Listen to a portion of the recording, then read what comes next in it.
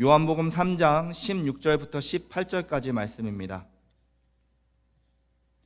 우리 다 같이 읽겠습니다.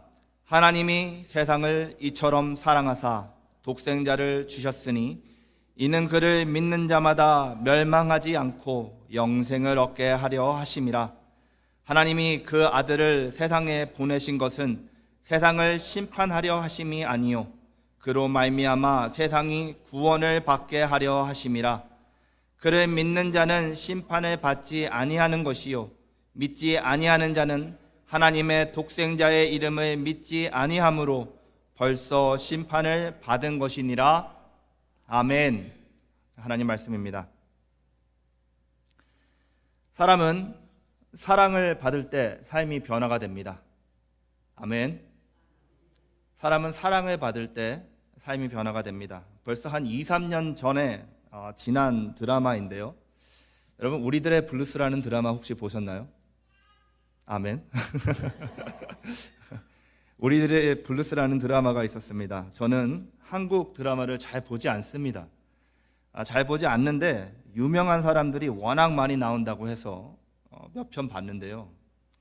이 드라마에 여러 이야기들이 담겨 있습니다. 여러 사람들이 등장을 해요. 근데 저에게 가장 인상 깊게 남았던 이야기는 한 자매의 이야기입니다. 영희와 영옥은 쌍둥이 자매입니다. 쌍둥이 자매인데 언니인 영희가 다운 증후군을 가지고 태어났어요. 거기다가 자매들이 어렸을 때 부모님이 사고로 죽습니다. 영옥에게 영희 언니는 세상에 남은 하나뿐인 유일한 가족이자 평생 책임져야 할 존재가 된 거예요. 세상의 차가운 시선 속에서 아직 사춘기 소녀였던 영옥이 언니를 감당하기 너무 어려웠고요. 결국 언니를 지하철에서 버리려고까지 해요. 버리진 않습니다. 하지만 그렇게는 못하고 영옥은 영희를 서울에 있는 시설에 남겨두고 지방으로 돌다가 제주도까지 내려가서 해녀가 됩니다. 그러다가 어느 날 영희가 거주하던 시설에 리모델링을 해야 돼가지고 영희가 동생이 있는 제주도로 한 일주일 정도 지내려고 찾아오게 되면서 일들이 벌어지는데요. 드라마를 보면서 한국은 아직도 이렇구나, 한국은 아직도 저렇구나 라는 생각을 했던 장면들이 있습니다. 식당에서 밥을 먹고 있는데 영희를 보면서 한 애가 바보라고 놀립니다. 뭐 애니까 그럴 수도 있다라고 하는데 거기다가 그 아이 아빠라는 사람이라고 하면 안 되죠. 인간이 밥맛 떨어져서 못 먹겠네 그러고서는 나가려고 그러는 거예요. 무슨 대사를 저렇게 하나. 그때 저는 그 대사를 들으면서도 꿈틀하더라고요. 이제 일주일이 지나가지고 시설로 돌아가는 날이 됐어요. 아침에 안 간다고 때를 쓸 줄 알았던 영희가 오히려 영옥을 재촉합니다. 짐 다 싸가지고 문 앞에 나와 있어요. 빨리 가자고. 은혜의 집 가야 된다고. 시설이 은혜의 집이거든요. 저는 그 장면이 별 장면이 아닌데 저는 오히려 그런 장면에서 마음이 찡해지더라고요. 제가 이 드라마를 보면서 잘 울지 않습니다. 잘 우시는 남자분들도 계시는데 저는 드라마 보면서 잘 울지 않아요. 제가 드라마 보면서 운 드라마가 딱 2편 있습니다. 모래시계 아시나요? 예. 나 울고 있니? 그러는데 제가 울고 있더라고요. 나 떨고 있니? 그러는데 울고 있더라고요. 그리고 얼마 전에 나의 아저씨, 예. 마음 찡해지더라고요. 3번째 울 뻔했습니다. 그 장면을 보면서. 나중에는 뭐 이렇게 시청자를 대놓고 울리겠다고 하는 장면들도 여러 가지 나와요. 씬들이 나오는데 또 그런 데서는 제가 잘 흔들리지 않습니다. 자존심이 있지 작가하고 감독한테 농락당하고 싶지 않다라는 마음에 절대로 흔들리지 않아요. 근데 이야기의 마지막 장면이 영희를 데려다주고 공항에다 데려다주고 돌아와가지고 남자친구가 사는 그 캠핑카가 있습니다. 그 캠핑카에 들어가는데 그동안 영희가 그려놓은 그림들이 다 이렇게 전시가 되어 있어요.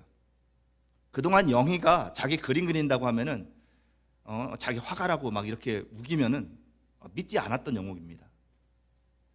근데 그때 영옥은 처음으로 언니가 그린 그림을 보게 되고 거기에는 자신이 그림마다 다 이렇게 있는 걸 나이별로 있다라는 게 감동을 받아요. 나중에 엉엉 웁니다. 그러면서 이렇게 울면서 나레이션이 나와요. 나중에 영희를 만나고 나가지고 어떻게 그림을 이렇게 잘 그리게 됐냐라고 물었다고 해요. 그때 영희의 대답이 외로울 때마다 보고 싶을 때마다 그림을 그리다 보니까 잘 그리게 됐다, 이렇게 대답했다고 합니다.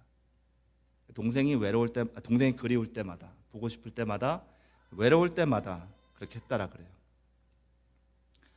It is completely okay. Don't worry about it. Okay? 그러면서 얼마나 외롭고 보고 싶었으면은 영희 같은 장애를 가진 아이가, 그런 애가 이렇게 그림을 잘 그리게 됐을까라고 생각하면서 영희가 독백을 하면서 끝나요. 저는 이 두 자매의 이야기를 보고 이런 생각을 했습니다. 영옥에게 영희는 책임이라는 부담이었지만은 이 영희는 항상 동생을 사랑하는 마음을 가지고 있었던 것을 느낄 수가 있었어요. 극 중에서 영희가 7살 정도의 지능을 가지고 있는 것으로 나옵니다. 그런데 이 이야기 중간중간에 오히려 영희가 영옥이를 이해해주는 그런 장면들이 나와요. 그리고 그것이 결정적으로 드러난 장면이 바로 이 영희의 그림들인 것이에요. 그동안 동생이 얼마나 그립고 보고 싶었겠어요. 그런데 그럴 때마다 가겠다고 땡깡을 부리는 게 아니라 그림을 그렸던 거예요. 동생을 생각하면서. 그 사실을 알게 된 순간 영옥이가 울어버린 거죠. 언니의 사랑을 처음으로 깨닫게 된 거예요. 저는 그 마지막 장면을 보면서 만약에 영옥이도 처음부터 영희를 이게 책임이라고 생각하지 않고 책임이 아니라 사랑으로 품었다면 어땠을까? 그런 생각을 해봤습니다. 여러분, 결국 육신이 정상적인 이 영옥이가 가진 이 마음의 상처를 이해하고 사랑으로 품어준 사람은 장애를 가지고 있던 영희였던 거예요. 이런저런 생각을 하면서 직업이다 보니까 우리의 신앙을 생각해 봤습니다. 여러분, 많은 사람들이 하나님을 책임으로 여깁니다. 하나님을 책임으로 받아들여요. 교회를 다니는 것이 부담스럽고 신앙을 지키는 것이 무거운 짐처럼 느낄 때가 있습니다. 그런데 성경은 하나님을 우리에게 책임을 떠맡기신 분이 아니라 우리를 사랑하신 분이라고 소개합니다. 오늘 보면 16절 말씀 다 아시죠? 하나님이 세상을 이처럼 사랑하사 독생자를 주셨으니. 많이 들어본, 교회를 다니지 않는 사람들도 한 번은 들어봤을 말씀이지만 여기에서 중요한 단어가 있죠. 사랑입니다. 사랑. 하나님은 우리를 의인으로 대신하신 분이 아니라, 의인으로 대하신 것이 아니라 깊은 사랑으로 아들을 내어주셨습니다. 그리고 그 사랑을 깨닫는 순간 우리의 인생이 변화돼요. 영옥이가 언니의 그림을 보고 처음으로 사랑을 깨달았던 것처럼 우리가 하나님의 사랑을 깊이 깨닫는 순간 우리의 신앙도 짐이 아니라 기쁨이 되는 것이에요. 여러분들의 신앙은 여러분들의 짐입니까? 아니면 여러분들의 기쁨입니까? 오늘 우리는 하나님이 우리를 얼마나 사랑하시는지 깊이 생각해 보려고 합니다. 그리고 그 사랑이 우리의 삶을 어떻게 바꾸는지 좀 보도록 하겠습니다. 먼저 요한복음 3장 16절은 성경 전체에서 하나님의 사랑을 가장 강력하게 요약한 구절이에요. 이 말씀을 통해 우리 모두는요, 하나님께서 우리에게 주신 최고의 선물이자 하나님의 사랑의 표현이신 예수 그리스도를 알게 돼요.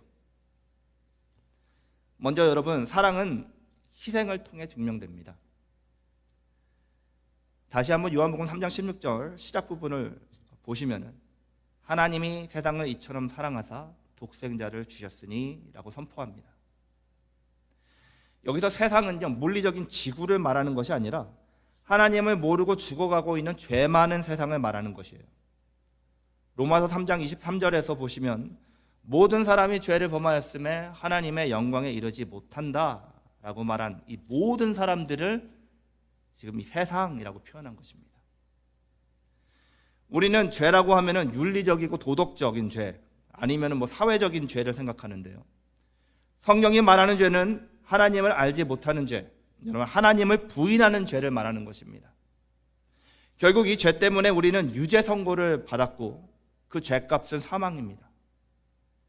로마서 6장 23절 말씀입니다. 죄의 싹은 사망이요 하나님의 은혜는 그리스도 예수 안에 있는 영생이니라. 아멘.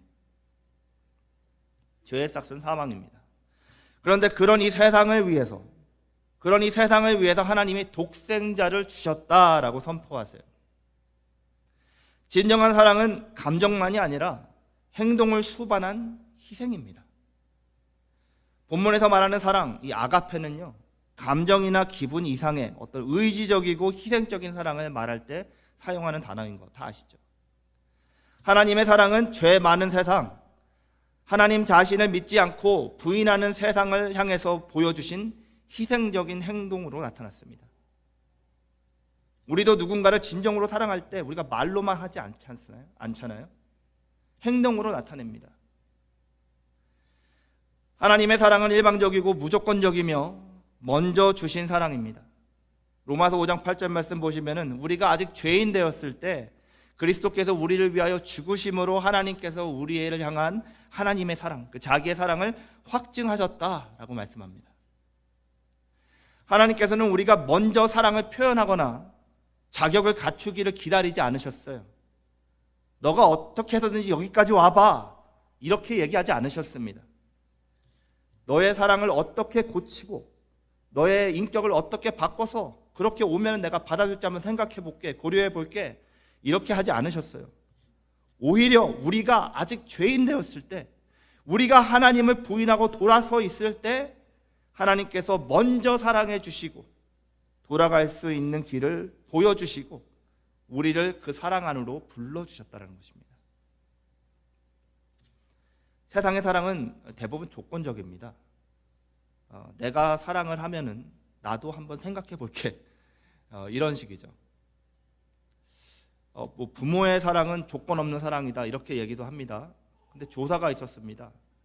동양 부모, 서양 부모 할 것 없이 조사를 했는데 부모가 자식을 사랑하는 마음, 무엇 때문이냐 조사를 해봤는데 뭐 사랑이라는 얘기도 나왔어요. 근데 대부분의 얘기가 이 자녀들을 통해서 자기 프로젝션을 한다는 거죠. 우리 자녀가 성공을 하면 내가 성공하는 것으로 생각을 해가지고 그래서 성공하고 희생하고 다 해준다는 거예요. 어떤 사람은 그냥 대놓고 보험이다 이렇게 얘기하는 사람들도 있다라 그래요. 조건이 있습니다. 세상 사랑은 대부분 조건입니다. 하지만 하나님의 사랑은 선제적인 사랑입니다. 조건을 달지 않고 먼저 카드를 다 보여줍니다. 내가 너를 이만큼 사랑해 하고 카드를 다 보여주세요. 밀당을 하기 위해서는 카드를 다 보여주면 안 됩니다. 하나님은 밀당 이런 거 다 필요 없고 나 너희들 너무 사랑해 하고 카드를 다 펼쳐서 보여주셨어요. 그리고 하나님의 사랑은 가장 소중한 것을 내어주는 사랑입니다. 하나님께서 세상을 사랑하셔서 독생자를 주셨다라고 말씀하세요. 독생자는 영어로 하면 오니비가튼, 헬라어로 하면 모노제네시스라고 합니다. 그냥 단순하게 외아들이 아니라 유일하고 특별한 존재라는 의미를 가지고 있어요. 그러니까는 하나님께서 자신의 가장 귀한 오직 하나뿐인 아들을 우리를 위해서 내어주셨다라는 거예요. 여러분, 주관적으로 보면은 모든 외아들이 다 유일한 아들이죠. 맞습니다. 저도 우리 어머니에게는 외아들입니다. 아들 하나밖에 없으시니까요. 하지만 객관적으로 본다면은 세상의 외아들은 많습니다. 저도 우리 집의 외아들이에요. 그런데 하나님의 외아들이라고 할 때는 다른 모든 외아들은 존재하지 않는 것과 같이 유일한 외아들이시다라고 말씀하시는 거예요. 어떻게 보면 너무 당연한 것이죠. 창조주와 동일한 하나님의 외아들과 창조물들인 우리들과는 같을 수가 없는 것이에요. 고린도후서 5장 21절 말씀 보시면은 하나님이 죄를 알지도 못하신 이를 우리를 대신하여 죄로 삼으신 것은 우리로 하여금 그 안에서 하나님의 의가 되게 하려 하심이라 라고 말씀하십니다. 하나님께서는 죄 없으신 하나님의 유일하시고 특별하신 외아들 예수님을 우리의 죄를 대신 지시고 가시는 희생 제물로 그냥 내어주신 것입니다.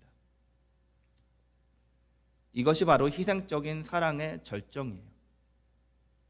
하나님께서는 죄로 자신을 떠난 세상의 한 부분이었던 우리들을 말로만 아니라 희생적으로 사랑하셔서 유일한 외아들을 희생제물로 주셔서 우리가 하나님을 부인하면서 세상 속에 살아갈 때 찾아와 주셨습니다.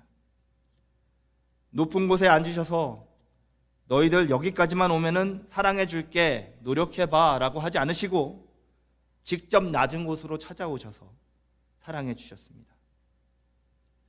그럼 만약에 우리가 누군가로부터 생명을 구하는 희생적인 사랑을 받았다라고 생각해 보세요.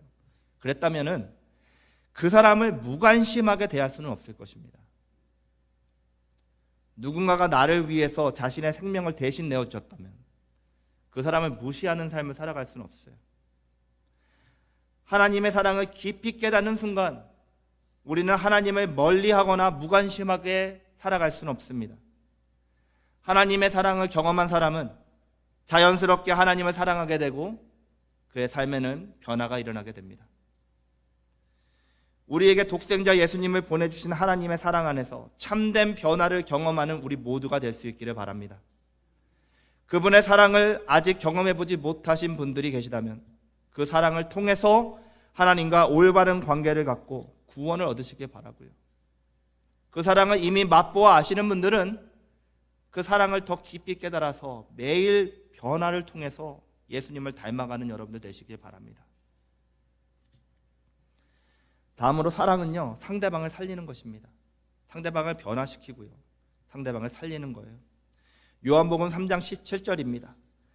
하나님이 그 아들을 세상에 보내신 것은 세상을 심판하려 하심이 아니요 그로 말미암아 세상이 구원을 받게 하려 하심이라. 아멘. 사랑은 정죄가 아니라 구원의 길을 열어줍니다. 많은 사람들은요, 하나님을 심판자 또는 벌하시는 분이라고 생각하면서 하나님을 만나기를 꺼려합니다. 천국은 가기 원하는데 하나님하고 같이 있는 건 왠지 조금 나를 다 보고 계신 것 같아서, 이런 분들 계세요. 많은 사람들은요, 하나님을 심판자로 생각합니다. 왠지 모르게 끊임없이 잔소리를 할 것 같고 맨날 보면은 혼내실 것 같은 그런 존재로 인식을 해서 되도록이면 멀리 떨어져 있고 싶어 합니다. 이런 분 계셨어요. 천국 가기는 가는데 하나님이 이렇게 딱 중앙에 계시면은 자기는 좀 이렇게 변두리의 집을 얻었으면 좋겠다고. 천국 가서도 죄 짓고 살렸는지 모르겠지만은. 하지만 우리 예수님께서는 이 땅에 오신 목적을 정죄와 심판이 아니라 구원이라고 분명히 말씀하셨습니다. 오늘 본문에서 말씀하시고 계시는 분이 예수님이세요. 예수님께서 말씀하시는 거예요. 직접 그 목적이, 내가 여기 온 목적이 이것이다 라고 말씀하신 거예요. 하나님은 우리가 잘못한 것을 지적하고 심판하려는 것이 아니라 우리를 살리시기 위해서, 살리기 원하시는 분이시라는 것을 믿으시기 바랍니다. 여러분, 몸에 암덩어리가 있는데 의사가 계속 잔소리하고 타박한다고 해가지고 도망다닌다면 결국 자기만 손해이고 고생이고 위험한 것입니다. 의사는 환자를 살리려고 그렇게 하는 것이지 그동안의 나쁜 버릇과 실생활 이런 것들을 다 정죄하고 심판하려고 그러는 것이 아니에요. 여러분, 우리 하나님은 영의 상태를 고치시는 의사이신 줄로 믿습니다. 구약의 에스겔서 18장 23절 말씀 보시면은 주 여호와의 말씀이니라 내가 어찌 악인이 죽는 것을 조금인들 기뻐하랴 그가 돌이켜 그 길에서 떠나 사는 것을 어찌 기뻐하지 아니하겠느냐. 아멘. 여러분, 하나님께서는 악인이 멸망하는 것을 원하시지 않으세요. 우리들은 가끔 세상이 호락호락하지 않을 때 에이, 이놈의 세상 망해버려라 이런 마음이 들 때가 있죠. 예, 있죠. 못 살게 구는 사람들이 있으면 저런 것을 안 잡아갖고 뭐하나 이런 마음이 들 때가 있습니다. 하나님께서 원하시는 것은 우리가 회개하고 돌아와서 생명을 얻는 것입니다. 예수님은 정죄하러 오신 것이 아니라 죄인들을 살리러 오셨습니다. 우리가 죄로 인해 죽을 수밖에 없는 상황에서 예수님은 우리를 위해 구원의 길을 여셨다는 것을 믿으시기 바랍니다. 누가복음 19장 10절 말씀에 예수님께서 스스로 또 얘기하십니다. 인자가 온 것은 잃어버린 자를 찾아 구원하려 함이니라 라고 분명히 말씀하세요. 예수님은 우리가 죄로 인해 멸망하지 않도록 구원의 길을 직접 열어주셨는데 그 길이 바로 십자가입니다. 아버지께서는 세상을 사랑하셔서 독생자를 주셨고요. 독생자이신 예수님은 죄인들을 사랑하셔서 생명을 내어주셨어요. 여러분, 유죄 판결이 떨어졌습니다. 유죄 판결은 떨어졌어요. 그러면은 형벌이 있어야 하는데, 근데 보셨던 것 같이 그 죄값은 사망이에요. 구형은 내려져야 하는데 누군가는 죽어야 합니다. 우리를 대신해서 예수님이 십자가에서 죽임을 당하신 것입니다. 이 사랑을 경험하게 되면은요, 사람이 바뀌고 새로운 소망이 생기게 됩니다. 여러분, 라이언 일병 구하기 보셨는지 모르겠어요. 오늘 드라마, 영화 얘기가 많이 나오는데, 라이언 일병 구하기 제일 첫 번째 장면을 보시면은 나이든 할아버지가 그 노르망디 상륙작전에서 죽어가지고 이렇게 묻혀 있는 국립 묘지에 막 정신없이 막 왔다 갔다 하면서 그 전우들을 찾습니다. 전우들을 찾아가지고 딱 앞에 가가지고 얘기를 해요. 맨 마지막 장면, 이게 트랜지션이 되면서 영화가 쭉 보여주고 맨 마지막에 또 트랜지션이 되면서 현대로 돌아와가지고 그 전우들 앞에서, 라이언이에요 그 사람이, 전우들 앞에서 와이프한테 얘기하라고. 나는 good life를 살았다고. I lived a good life. 그렇게 얘기해달라고. 전우들 앞에서. 그 전우들이 목숨을 버려가면서 자기를 구해줬기 때문에, 내 목숨은 함부로 살 수 없는 목숨이기 때문에 이 전우들 앞에서 당신 얘기해줘. Tell me I lived a good life.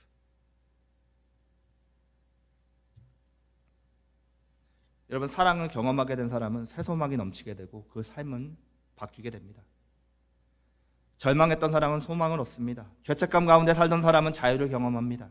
하나님의 사랑을 진정으로 받아들이는 순간 새로운 인생이 시작되는 거예요. 하나님의 사랑의 표현이신 예수 그리스도께서 우리에게 구원의 길은 오직 십자가의 은혜, 그리고 그 십자가를 지시고 가셨고 우리에게 따라오라고 말씀하셨습니다. 예수님을 믿는다는 것은 다른 모든 것보다 먼저 그분의 죽으심이 나의 죄를 깨끗하게 했다라는 것을 믿는 거예요. 다시 말씀드릴게요. 잘 기억하시기 바랍니다. 예수님을 믿는다는 것은 다른 모든 것들보다 먼저 그분이 죽으심이 나의 죄를 깨끗하게 했다라는 것을 믿는 것입니다. 돈 잘 벌고 건강하고 일 잘 풀리고 이런 것들은 나중에 있으면 좋고 없어도 뭐 그만인 것들이에요. 왜요? 이런 것들이 다 있어도 당장 내일 내 생이 끝나면 그 다음에는 구원밖에는 모든 것이 다 필요가 없는 것입니다. 예수님께서 오신 이유는 죄인을 멸망시키기 위함이 아니라 구원하기 위해서인 것을 믿으시기 바랍니다. 예수님을 믿고 구원받아서 영생을 누리시기 바랍니다. 그리고 예수님을 통해서 이미 영생을 얻으신 여러분들은 그 영생을 충만하게 누리면서 살아갈 수 있기를 바랍니다. 다음으로 사랑을 거부하는 것은 그 자체가 곧 심판입니다.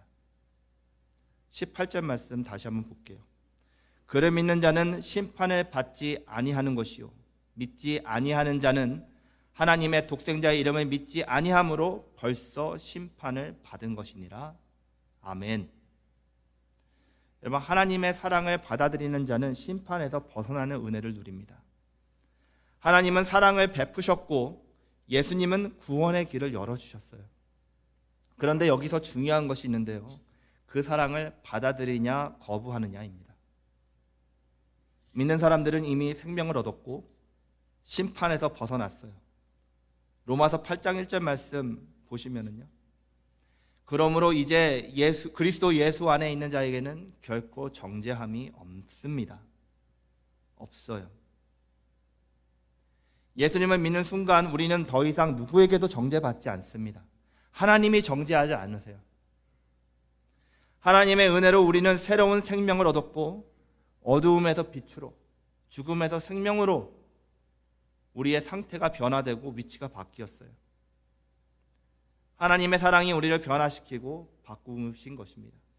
그런데 하나님께서는 이 사랑을 주시는 분이시지만, 무조건적이고 일방적으로 주시는 분이시지만 그 사랑을 받을 것을 강요하지는 않으세요. 선택권이 박탈된 관계는요, 진정한 사랑의 관계라고 할 수 없기 때문입니다. 선악과의 선택을 허락하신 하나님께서는 예수님을 선택하는 것도 허락하셨습니다. 거부한다면 하나님과 예수님의 사랑이 우리에게 주는 생명과 희망도 함께 거부하는 것입니다. 그렇기 때문에 하나님께서 우리를 저주 아래 두는 것이 아니라 우리가 하나님과 예수님의 사랑을 거부함으로 스스로를 저주 아래 두게 되는 것이에요. 믿으면 해결이 되는데 작정하고 믿지 않겠다고 한다면 스스로를 정죄하는 것입니다. 예수님은 모두가 구원을 얻는 것을 원하십니다. 아멘. 누구도 하나님의 진노 아래서 형벌받는 것을 원하지 않으세요. 하지만 노예의 관계가 아니라 사랑의 관계여야 하기 때문에 오래 참음으로 기다리시면서 설득하십니다. 강제가 아니라 설득하세요. 기억하시기 바랍니다. 하나님의 사랑은 희생으로 증명된 사랑입니다. 하나님의 사랑은 우리를 살리기 위한, 우리에게 영생을 주시기 위한 사랑입니다. 그렇지만 그 사랑을 거부한다면 그 거부하는 자체가 심판입니다. 하나님의 사랑을 받아들이고 그 사랑 안에서 살아가는 삶이 우리의 유일한 참된 구원의 길입니다. 여러분, 그 구원의 길을 선택하시는 우리 모두가 될 수 있기를 바랍니다. 그 구원의 길을 선택하는 우리 모두가 되시기를 예수님의 이름으로 축원드립니다. 그리고 그 구원의 길을 모든 상황 가운데서 기쁨 가운데 걸어가시는 여러분들 되시기 바랍니다. 그리고 그 사랑을 나누시는 여러분들 되시기 바랍니다. 오늘 본문은 하나님의 사랑이 얼마나 크고 또 얼마나 실제적인지를 보여줍니다. 하나님은 우리가 죄 가운데 있을 때조차 그분을 거부하고 부인하는 순간에도 우리를 사랑하셨고, 우리를 심판하시려는 것이 아니라 구원하시기 위해서 그분의 사랑의 징표이신 독생자 예수님을 보내주셨습니다. 그런데요, 중요한 사실은 말씀드린 것처럼 하나님은 그 사랑을 강요하지 않습니다. 하나님은 우리를 강제로 믿게 하거나 억지로 하지 않는, 대신 우리를 설득하셔서 선택하게 하십니다. 믿는 자는 영원한 생명을 얻고 믿지 않는 사람들은 믿지 않았기 때문에 심판을 받을 것입니다. 그런데 여기서 심판이란 하나님이 우리를 벌하려고 작정하신 것이 아니라 우리가 우리 스스로 구원의 기회를 거부하는 결과인 것이에요. 하나님께 나아가지 않는다면 우리는 우리 스스로가 저지른 죄의 결과로 멸망할 수밖에 없는 것입니다. 하나님은 지금도 우리를 기다리고 계세요. 하나님은 지금도 우리가 사랑하는 그 사람들을 기다리고 계십니다. 아직 하나님의 사랑을 받아들이지 못한 분들이 계시다면 지금 이 순간 예수 그리스도를 믿으시고 그 사랑을 받아들이시기 바랍니다. 그리고 믿지만 복음이 너무나 익숙해진 여러분들, 제가 도전합니다. 첫사랑의 뜨거움을 회복하시기 바랍니다. 신앙이 점점 형식적으로 변하고 있는 분들을 위해서 말씀드립니다. 처음 예수님을 믿었을 때, 그 사랑을 경험했을 때 가졌던 그 뜨거운 사랑과 감격이 식어버렸다면, 그리고 신앙이 의무적인 어떤 종교 생활이 되어버렸다면 여러분들 스스로 말씀 앞에 여러분들 가져가셔서 스스로를 살펴보시기 바랍니다. 하나님의 사랑은 우리가 매일의 삶 속에서 경험해야 하는 살아있는 현실입니다. 이 사랑을 잊어버리면 신앙은 메마르게 되고요, 말씀이 아닌 세상의 가치가 우리를 지배하게 됩니다. 첫사랑의 뜨거움이 우리 안에 날마다 새롭게 타오르기 위해서 날마다 하나님의 사랑을 기억하고 그 사랑을 주변 사람들에게 전하는 삶을 살아갈 수 있기를 바랍니다. 제 첫째 딸이 올해 20살입니다. 이번 주에 운전면허 패스했습니다. 겨우 했습니다. 네, 겨우 했습니다. 20살인데요. 이 딸이 한 3살인가 4살 정도 됐을 때예요. 한창 이렇게 어렸을 때 그러잖아요. 높은 곳에 이렇게 올라가 가지고 이렇게 뛰어내립니다. 아빠 캐치미 하면서 이렇게 뛰어내려요. 그랬던 적이 있었어요. 한 3살 때 4살 때쯤. 처음에는 아빠 먼저 부르고 제가 이렇게 쳐다보면은 뛰었습니다. 그런데 언젠가부터 순서가 바뀌더라고요. 아빠 해서 쳐다보면 이미 공중에 떠 있어요. 네. 빨리 어디서 부르는지를 찾아가지고 잡아야 됩니다. 안 그러면은 큰일 납니다. 하루는 아니나 다를까 또 아빠 해가지고 봤더니 이미 공중에 떠 있는 거예요. 다행히 이번에도 잘 잡았습니다. 그래서 아이를 꼭 안아주면서 제가 얘기했습니다. 너 이제 위험하니까 뛰기 전에 먼저 아빠를 불러야 해. 안 그러면은 너 다쳐. 걱정되는 마음으로 얘기를 했어요. 그랬더니 이 녀석이 오케이 데디 하더니 그 뒤에 한마디를 더 붙이는 거예요. 제가 그때 은혜를 받았습니다. Daddy, you're always going to catch me, right? Daddy, you're always going to catch me, right? 아빠 그래도 나 맨날 잡아주실 거죠? 아빠 나 그래도 맨날 잡아줄 거지? 이것이 바로 하나님의 사랑입니다, 여러분. 하나님은 우리를 언제나 받아주기 위해서 준비하고 계십니다. 절대로 떨어뜨리지 않으세요. 그 품 안으로 뛰어들 것인지 아니면 여전히 의심하면서 머물거릴 것인지는 우리의 선택입니다. 적어도 저에게 뛰어내리던 아이의 눈에는요, 두려움이나 의심 전혀 없었습니다. 만약에 두렵고 무서웠다면 뛰어내렸을까요? 아빠 하고 한참 눈치 보다가 아빠가 요즘에 기운이 많이 빠지셨어. 아빠가 나이가 이제 있어. 못 잡을 것 같아. 그러면 안 뛰어내렸겠죠. 저를 믿는 그 아이, 제 팔에 힘을 믿는 그 아이. 여러분, 하나님의 사랑은 변함없고 신실합니다. 우리가 하나님을 신뢰하고 그 사랑 안에 뛰어든다면 하나님은 결코 우리를 외면하거나 떨어뜨리지 않으실 것입니다. He will never leave you nor forsake you. 하나님의 약속입니다. He will always catch us. He will never drop us. 오늘 하나님의 사랑을 받아들이기로 결단하시기 바랍니다. 그리고 그 사랑을 세상에 전하며 살아가기를 결단하시기 바랍니다. 가정에서, 직장에서, 사랑하는 사람들에게, 미워하는 사람들에게까지 복음을 전하며 살아가는 여러분들 되시기 바랍니다. 하나님의 사랑의 증표이신 예수 그리스도의 품 안으로 뛰어드는 것이 삶의 가장 복된 선택이라는 걸 여러분들이 살아내셔서 사람들에게 보여주세요. 그 사랑의 참된 삶의 변화를 누리시는 우리 사랑하는 성도님들 될 수 있기를 예수님의 이름으로 축원드립니다. 함께 기도하시겠습니다. 사랑과 은혜가 풍성하신 하나님 아버지, 오늘 우리에게 말씀을 허락하시고 하나님의 크신 사랑을 다시금 깨닫게 하여 주시는 애 진심으로 감사드립니다. 주님, 우리가 아직 죄인 되었을 때에도 우리를 먼저 사랑해 주시고 독생자 예수 그리스도를 보내셔서 우리를 구원해 주신 것을 믿습니다. 그렇지만 우리는 그때로 그 사랑을 잊고 살아가진 않았습니까?